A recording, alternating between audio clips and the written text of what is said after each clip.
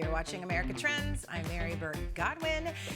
And our next guest is an award-winning journalist, a sought-after media coach for corporate clients and entrepreneurs. She's also a ghostwriter. I can't wait to talk to her about that. She has 2 decades of experience working for magazines that you've heard of. Oprah Magazine, one of my faves, Glamour, Essence, Money, Health, and Cosmopolitan. Welcome to America Trends, Lynya Floyd. Hi, Mary. I'm so excited to be here with you today. Hi. Oh, you did the jazz hands. I love it. I love you. There you go. Okay, well, welcome. I'm so happy to chat with you and get to talk to you. I'm fascinated by ghostwriters, so we could probably do a whole segment on that. But I definitely want to talk to you about media coaching and what that means, who it's for, who can utilize that. So can we dive into that a little bit and how you got started in it and then who it's for and who should come hire you? It is one of my favorite things to talk about. I would love to dive into it. And my interest in it actually started because I was terrified of doing exactly what we're doing right now.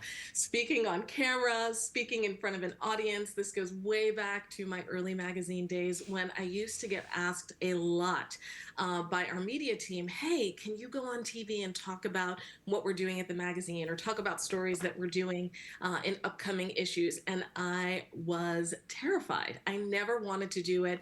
I can actually, talking to you right now, I can transport myself back to those days when I was sitting at my computer in my office and out of the corner of my eye, I could see our media representative kind of standing in my doorway saying, ready to say, you know, Lynya, can you, would you be available to? And I would just frantically be coming up with excuses why I couldn't do it. Oh, I'm super busy with work. Oh, there's so much going on. Because like most Americans, I think upwards of 75% of Americans have a fear of public speaking. So that's what piqued my interest. I was like, how do I get over this? And it wasn't until my next job where they said, hey, we're going to have a media coach come in and train you that I realized, oh, this is how people do it. They ask for help. They get trained to do this.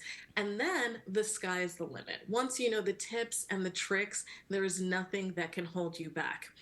There are 2 types of individuals that I work with. So I work with people in corporate settings. Absolutely. Those are situations where, let's say you've gotten an opportunity to be on a podcast or be on television, or you're going to be speaking in front of an audience. I just wrapped up helping some clients of mine who had a global summit and they had people presenting who had never presented before, right? That can be really terrifying. Yes. But working with someone on that presentation, how you are going to step up to the plate makes things so much easier. Dare I say, it actually can bring a little bit of joy to the process.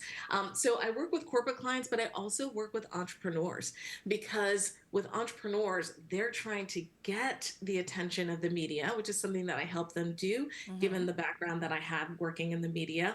They want people to know about their programs, their products, the services that they offer, working with them one-on-one. And there is no better way to put a megaphone to your message than through the power of the media. So I show them how to get those opportunities, and I show them what to do once they get those opportunities. God, that's amazing. Oh, sorry. And I'll let No, you yeah. jump in Well, there it's and funny talk for a because little we bit. recently had someone on the show that we thought maybe she could probably have hired you. But I think because it goes down to, there's a couple things. One is getting yourself camera ready, getting yourself where to look. Yes. What to say, how, all those little things, but then also how to succinctly get your message across. And, you know, hey, you're going to have 3 minutes to say what you need to say. So how about we put your main message at the front?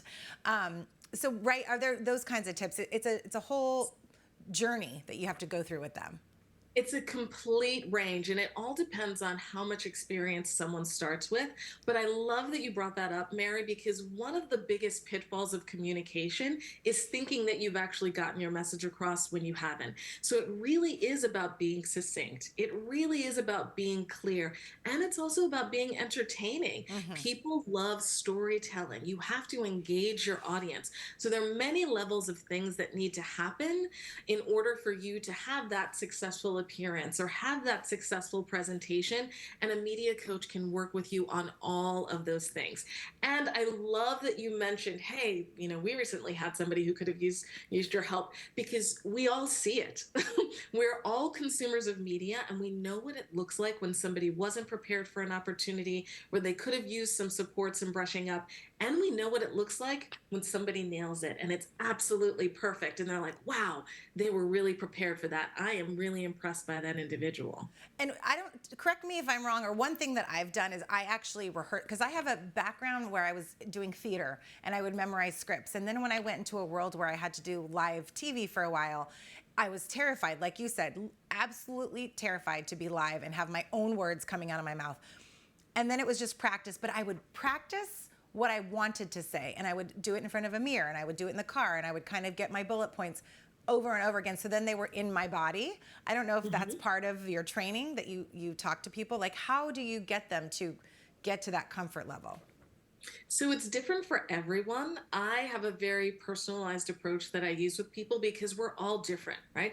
The things that I'm going to wear to a media appearance are going to be different than what you are going to wear. The things that I am going to do to calm my nerves before a media appearance are going to be different than the things that you do, Mary. We're all different, but it is extremely beneficial. Those two words that you used, bullet points, extremely beneficial, right? Not memorizing something and sticking to a script, because then you don't have any flexibility. Then if something goes a little different, you get asked a question you don't expect, something happens in the news that day that they ask you about and you're not ready for it, then that can put you on edge. That can make you really nervous, right? And you think, oh, I've got my script down, but oh no, here's a left turn. I don't know what to do.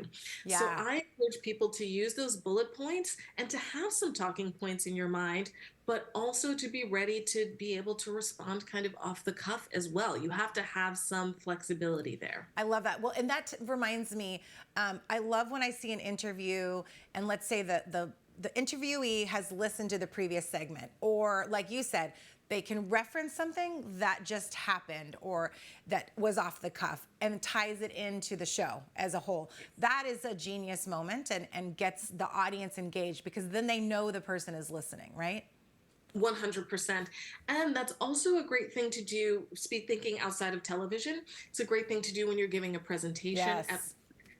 Pay attention to how the crowd, get the feel of the crowd before you step out on stage, or get the feel of the room before you step up to the front of it, and kind of get that vibe going. So having a little bit of foreknowledge of what's happening and reading the room essentially can be extremely beneficial. Even if it's a podcast, listen to some previous episodes. Yeah.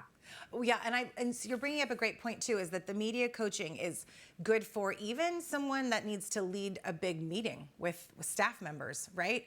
Or to speaking on stage at a team meeting or a presentation, whatever it may be, and then to TV. There's all sorts of ways that media coaching comes into play, right?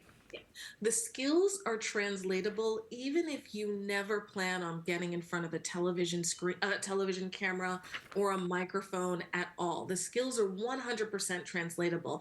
And one of the things that I tell people who are in that kind of camp is, hey, listen, I just saw this Harris poll that came out 2 months ago, and it said that 42% of American employees are worried about getting laid off due to recession and everything that's happening in the economy. And 47% of them have changed a behavior at work in order to avoid being laid off. And they need to hire you, because we're out of time already, but they need to hire you. I want everyone to know where they can find you. Lynya.com, Lynya. Am I saying it right anyway, Lynya? You're saying it perfectly. Okay, great. Thank you. Lynya Floyd. And I would love to have you back, Lynya. Thank you so much for being here today. I would love that. Thank you so much for having me. And everyone at home, stick around. We've got more America Trends right after this quick break.